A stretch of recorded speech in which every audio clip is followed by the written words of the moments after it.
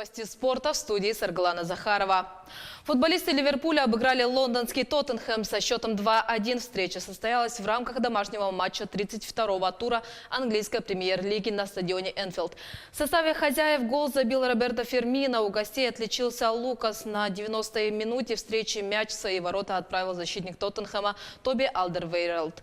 Подопечные Юргена Клоппа продлили беспроигрышную серию в АПЛ до 11 матчей. Последний раз в чемпионате страны Ливерпуль проигрывал 3 января, уступив в гостях Манчестер Сити. Команда вышла на первую строчку турнирной таблицы лиги, набрав 79 очков после 32 матчей. Манчестер отстает от своих соперников всего на 2 очка, при том, что клуб имеет одну игру в запасе. Тоттенхэм идет третьим. В следующем матче 5 апреля Ливерпуль дома сыграет с Саутгемптоном. Тоттенхэм 2 днями ранее проведет первый матч на новой домашней арене с Кристал Пэлас. Футболисты Краснодара разгромили махачкалинский Анжи со счетом 5-0 в матче 21-го тура российской премьер-лиги.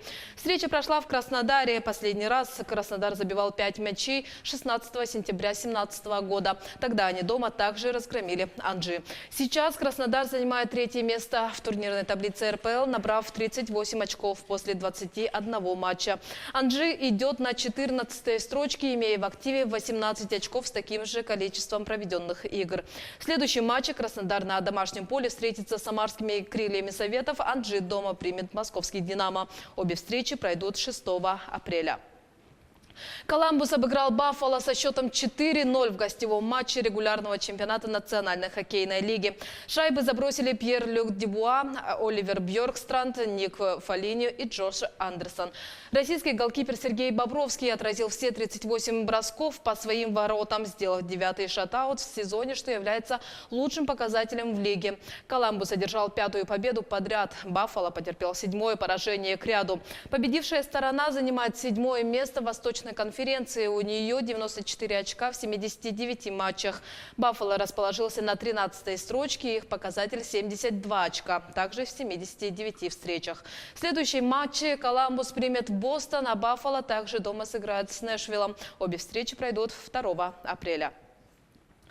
Монголия предложила включить представителей Якутии в Организационный комитет игр «Дети Азии». Монгольская сторона готова привлечь судей, волонтеров и участников культурной программы. Обсуждение проходило в Красноярске между первым заместителем председателя правительства Якутии Алексеем Стручковым и генеральным секретарем Монголо-Российской торговой палаты Уянгой Эрденебат.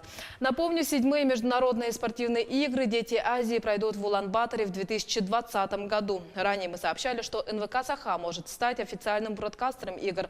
Об этом говорил на прошлой неделе и Айсен Николаев на встрече с главными редакторами республиканских СМИ.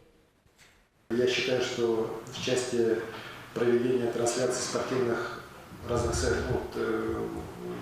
мероприятий НВК «Саха», конечно, очень прогрессирует, очень здорово. Я благодарю за хорошую организацию, в том числе и трансляции Кубка мира.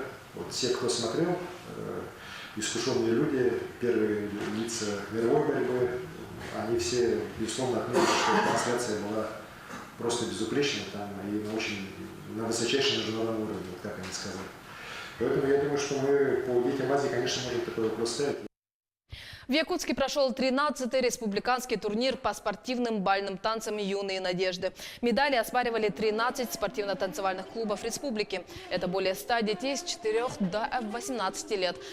Танцоры представили номера в латиноамериканской и европейской программах. Атмосферу напряженной конкуренции организаторы разбавили веселым и красочным флешмобом дружбы. В нем приняли участие как участники, так и их родители и преподаватели. Лыжные гонки среди трудовых коллективов на Кубок Федерации профсоюзов республики прошли на Зеленом лугу столицы.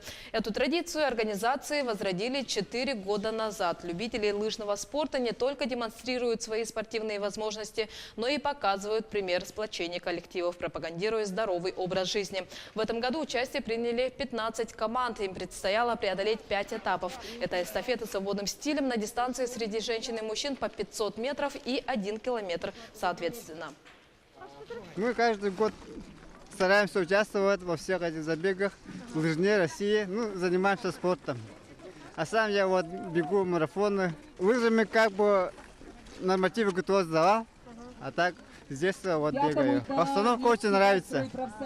Уже мне нравится, что все люди занимаются спортом, массовым спортом. И в лыжне России тоже была, но в лыжне России тоже надо побольше людей, чтобы приходило.